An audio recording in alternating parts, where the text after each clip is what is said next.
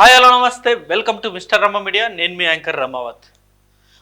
YS జగన్కు shock ఇస్తున్న వైకాపా రాజ్యసభ సభ్యులు. ఇప్పుడు ఆంధ్ర రాజకీయాల్లో ఇదే చాలా సెన్సేషనల్ కాబోతుంది.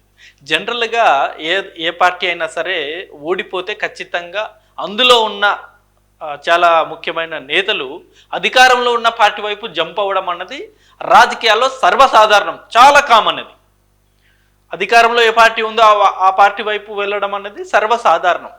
బట్ రాజ్యసభ సభ్యులు ఆ పార్టీలో వెళ్తున్నారు, లేకపోతే ప్రస్తుతం ఉన్న పార్టీ వదులుతున్నారు అంటేనే కొత్తగా ఉంటుంది. ఇప్పుడు వైఎస్ఆర్సీపీ పార్టీ సంబంధించిన అనేక మంది రాజ్యసభ సభ్యులు వైఎస్ఆర్సీపీ పార్టీకి రాజీనామా చేసే పనిలో ఉన్నారు. సో ఇప్పుడు ఈ అంశం గురించి మనం ఈ వీడియోలో పూర్తిగా డీటెయిల్గా చర్చిద్దాం. అండ్ ముందుగా నా ఛానల్లో మీరు ఎవరైనా సబ్స్క్రైబ్ చేయని వాళ్ళు ఉంటే తప్పకుండా సబ్స్క్రైబ్ చేసుకోండి. అలాగే ఈ అంశం మీద ఎవరైతే ఈ రాజ్యసభ సభ్యులు వైఎస్ జగన్ గారి పార్టీ వైఎస్ఆర్సీపీ పార్టీని రాజీనామా చేస్తున్నారో ఈ అంశం మీద మీ అభిప్రాయాన్ని కూడా ఖచ్చితంగా కింద కామెంట్ రూపంలో తెలియజేయండి.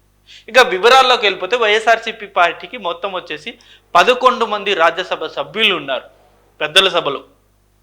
సో ఈ 11 మంది రాజ్యసభ సభ్యులు అంటే వీళ్ళకి జనరల్గా రాజకీయాలు అంటే పార్టీ ఓడిందా గెలిచిందా అనే దాంతో సంబంధం అనేది ఉండదు. ఇటు మండలిలో కావచ్చు, అటు రాజ్యసభలో కావచ్చు, ఈ పార్టీ ఓటమి గెలుపుల మీద ఎలాంటి సంబంధం ఉండదు. వాళ్ళ టైం పీరియడ్ అయ్యేంత వరకు, వాళ్ళ టర్మ్ అయ్యేంత వరకు వాళ్ళు రాజ్యసభ సభ్యులుగానే కొనసాగుతారు, మండలిలో ఎమ్మెల్సీగానే కొనసాగుతారు. సో అలాంటి నాయకులు ప్రస్తుతం వైఎస్ఆర్సీపీ పార్టీ ఓడిపోగానే ఆల్మోస్ట్ 9 మంది ఇప్పుడు వైఎస్ఆర్సీపీ పార్టీ నుండి జంప్ కాబోతున్నారు. అందులో ఇవాళ మనం చూసాం, 2 ఆల్రెడీ రాజీనామా చేశారు. బీద మస్తాన్ రావు గారు, అలాగే వచ్చేసి మోపిదేవి వెంకటరమణ గారు. వీళ్ళు ఆల్రెడీ రాజీనామా చేశారు వైఎస్ఆర్సీపీ పార్టీకి. వీళ్ళు త్వరలో టీడీపీలోకి జంపు కాబోతున్నారు అని చెప్పేసి కూడా చాలా న్యూస్ అనేది సర్క్యులేట్ అవుతుంది. ఇక మిగిలిన ఎవరైతే మొత్తం ఆల్మోస్ట్ 9 మంది రాజ్యసభ సభ్యులు వైఎస్ఆర్సీపీ పార్టీకి రాజీనామా చేయబోతున్నారు. మరి 3 చొప్పున 3 పార్టీల్లో కూడా వీళ్ళు వెళ్ళిపోతున్నారు అని చెప్పేసి కూడా ఇప్పుడు చాలా న్యూస్ అనేది సర్క్యులేట్ అవుతుంది. ఒకసారి మనం చూసుకున్నట్టయితే ఎవరెవరు ఏ పార్టీలో వెళ్ళిపోతున్నారు అనేది ఒకసారి మనం క్లారిటీగా చూసుకున్నట్టయితే టీడీపీలోకి 3 వెళ్ళిపోతున్నారు. టీడీపీలోకి వెళ్ళిపోతున్న 3 రాజ్యసభ సభ్యులు ఎవరు అంటే మోపిదేవి వెంకటరమణ గారు, గొల్ల బాబురావు గారు, మస్తాన్ రావు గారు, బీద మస్తాన్ రావు గారు. ఈ 3 కూడా టీడీపీ పార్టీలోకి త్వరలో వెళ్ళిపోతున్నారు వైఎస్ఆర్సీపీ పార్టీకి రాజీనామా చేసి.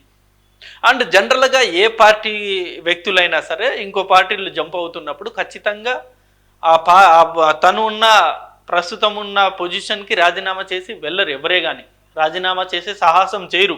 ఇప్పుడు ఎమ్మెల్యే ఉండారు, ఎమ్మెల్యే ఇతర పార్టీలోకి జంప్ అవ్వాలంటే ఖచ్చితంగా ఎమ్మెల్యే పదవికి రాజీనామా చేసి వెళ్ళాలని చాలామంది అంటారు, కానీ ఎవరే కానీ ఎమ్మెల్యే పదవికి రాజీనామా చేసి వెళ్ళరు. బట్ ఇక్కడ చంద్రబాబు నాయుడు గారు ఆ కండిషన్ పెట్టారు. మా కూటమి ప్రభుత్వంలోకి మీరు రావాలి అంటే ఖచ్చితంగా మీ పదవిని మీరు రాజీనామా చేసే రావాలి అని చెప్పేసి చంద్రబాబు నాయుడు గారు షరతు విధించడంతో ఇప్పుడు ఇక ఆప్షన్ లేక ఈ నాయకులందరూ కూడా రాజీనామా చేసి ఆ పార్టీలోకి జంప్ అవుతూ ఉన్నారు. సో అలా 3 కూడా ఇప్పుడు ప్రస్తుతం టీడీపీ పార్టీలోకి జంప్ అవుతున్నారు. అలాగే వచ్చేసి బీజేపీలోకి 5 వెళ్ళిపోతున్నారంట. ఈ షాకింగ్ కదా.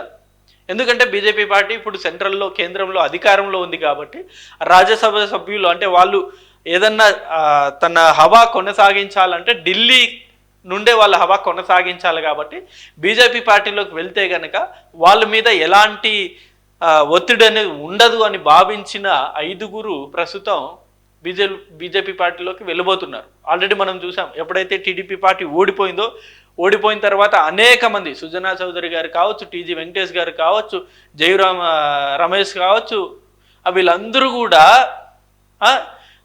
టీడీపీ పార్టీని వదిలి బీజేపీలోకి వెళ్ళిపోయారు. కీలకమైన నేతలు వీళ్ళందరూ. సో ఇప్పుడు సేమ్ ఫార్ములా కూడా ఇప్పుడు వైఎస్ఆర్సీపీ పార్టీలో అప్లై అవుతుంది. బీజేపీ పార్టీలోకి వెళ్తున్న 5 ఎవరంటే రఘునాథ్ రెడ్డి గారు, నిరంజన్ రెడ్డి, అయోధ్య రామిరెడ్డి, పరిమల్ సత్వాని. వీళ్ళు ప్రస్తుతం వచ్చేసి వైఎస్ఆర్సీపీ పార్టీకి రాజీనామా చేసి బీజేపీ పార్టీలోకి వెళ్ళబోతున్నారు. అంటే టీడీపీ పార్టీకి అయితే రాజీనామా చేసి టీడీపీ పార్టీ వైపు అయితే వెళ్ళబోతున్నారు ఈ నాయకులు, మోపిదేవి కావచ్చు లేకపోతే మస్తాన్ రావు గారు కావచ్చు. బట్ బీజేపీ పార్టీలోకి వెళ్ళే వాళ్ళు రాజీనామా చేస్తారా లేదన్నది ఇక్కడ సస్పెన్స్. ఎందుకంటే బీజేపీ పార్టీలో అలాంటి సిద్ధాంతం అనేది లేదు. ఎందుకంటే మా పార్టీలోకి రావాలంటే మీరు రాజీనామా చేసి రావాలని సిద్ధాంతం అయితే బీజేపీ పార్టీలోకి లేదు, బీజేపీ పార్టీకి లేదు. ఎవరైనా సరే బీజేపీ పార్టీలోకి వెళ్ళిపోవచ్చు, అంత వెసులుబాటు ఉంటుంది. సో వీళ్ళు రాజీనామా చేసి బీజేపీలోకి వెళ్తారా లేదా అన్నది అదొక క్వశ్చన్ మార్క్. నెక్స్ట్ జనసేనలోకి ఇద్దరు, పిల్లి సుభాష్ చంద్రబోస్, ఆర్ కృష్ణయ్య. ఆర్ కృష్ణయ్య గారికి జగన్ గారు చాలా ఇంపార్టెన్స్ ఇచ్చారు. లాస్ట్ ఎలక్షన్ ముందు ఆర్ కృష్ణయ్య గారికి రాజ్యసభ స్థానాన్ని వైఎస్ జగన్ గారు కల్పించారు. ఆ బీసీల కొరకు ఆయన చేస్తున్న పోరాటాన్ని వైఎస్ జగన్ గారు గుర్తించి ఆయనకి రాజ్యసభ సీట్ అనేది ఇచ్చారు. ఎంతోమంది వైఎస్ఆర్సీపీ నేతలు ఉన్నా సరే తెలంగాణలో ఉన్న నాయకుడిని తీసుకెళ్ళి ఆంధ్రాలో రాజ్యసభ స్థానంలో కూర్చోబెట్టారు. బట్ ఆయన కూడా ఇప్పుడు వైఎస్ జగన్ గారికి హ్యాండ్ ఇచ్చి ఇప్పుడు జనసేనలోకి వెళ్ళబోతున్నారని చెప్పేసి బీభత్సమైన న్యూస్ అనేది ఇప్పుడు సోషల్ మీడియాలో చాలా సర్క్యులేట్ అవుతుంది. సో వీళ్ళందరూ కూడా ఇప్పుడు వైఎస్ఆర్సీపీ పార్టీని వదిలేసి ఆ కూటమి ప్రభుత్వంలోకి వెళ్ళబోతున్నారని చెప్పేసి చాలా న్యూస్ సర్క్యులేట్ అవుతుంది. ఆల్రెడీ అందులో ఇద్దరు ఈరోజు రాజీనామా చేశారు.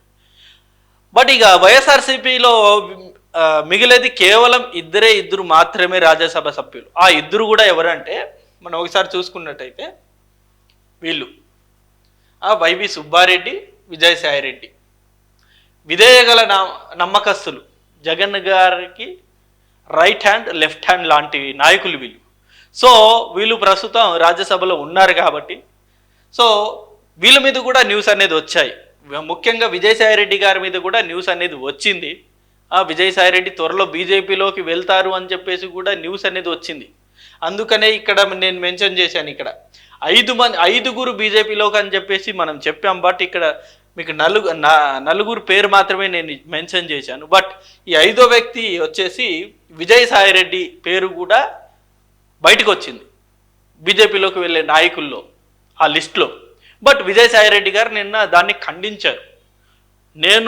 నా జీవితాంతం నేను జగన్ గారితోనే ఉంటాను, ఆయనకే నేను రుణపడి ఉంటాను అని చెప్పేసి చాలా క్లియర్ కట్గా ఆయన చెప్పడం జరిగింది నిన్న. సో ఆయన అయితే ఖచ్చితంగా వైఎస్ఆర్సీపీ పార్టీలోనే కొనసాగుతారు.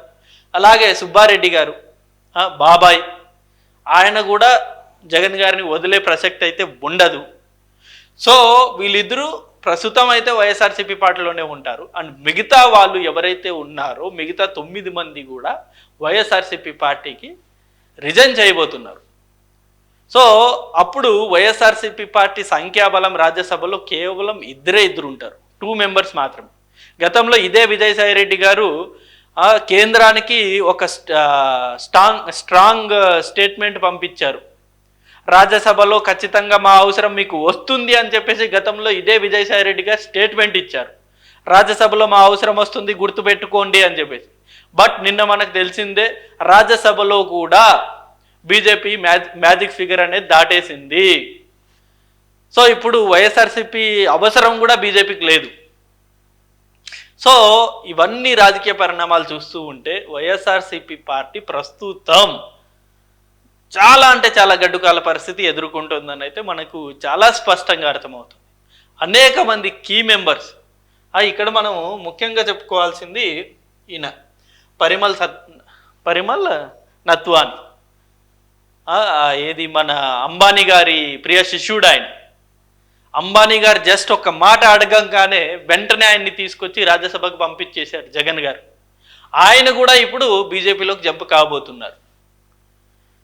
సో అనేక మందిని నమ్మి నిరంజన్ రెడ్డి గారు చాలా కీ మెంబర్, చాలా కేసులు వాదిస్తారు. అలాగే ఇటు ప్రొడక్షన్లో కూడా ఉన్నారు ఆయన, అనేక సినిమాలు కూడా ఆయన నిర్మించారు. అలాగే అయోధ్య రామరెడ్డి గారు ఎంత కీ పర్సన్ వైఎస్ జగన్ గారికి.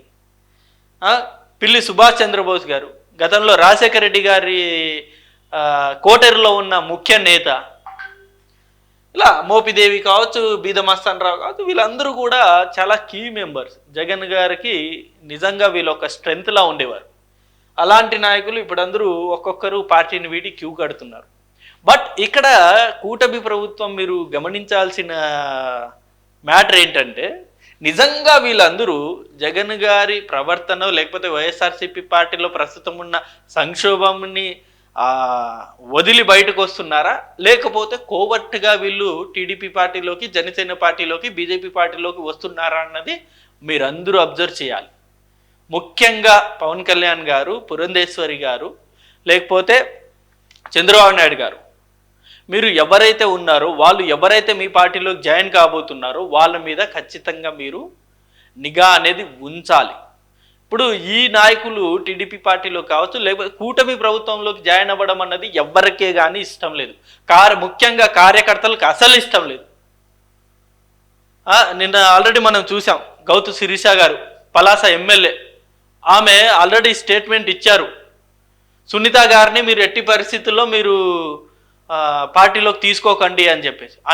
నిజంగా వీళ్ళని కనుక కూటమి ప్రస్తుతంలోకి తీసుకుంటే కూటమి ప్రభుత్వంలో ఉన్న నాయకులే ఖచ్చితంగా దీన్ని తీవ్రంగా వ్యతిరేకిస్తారు.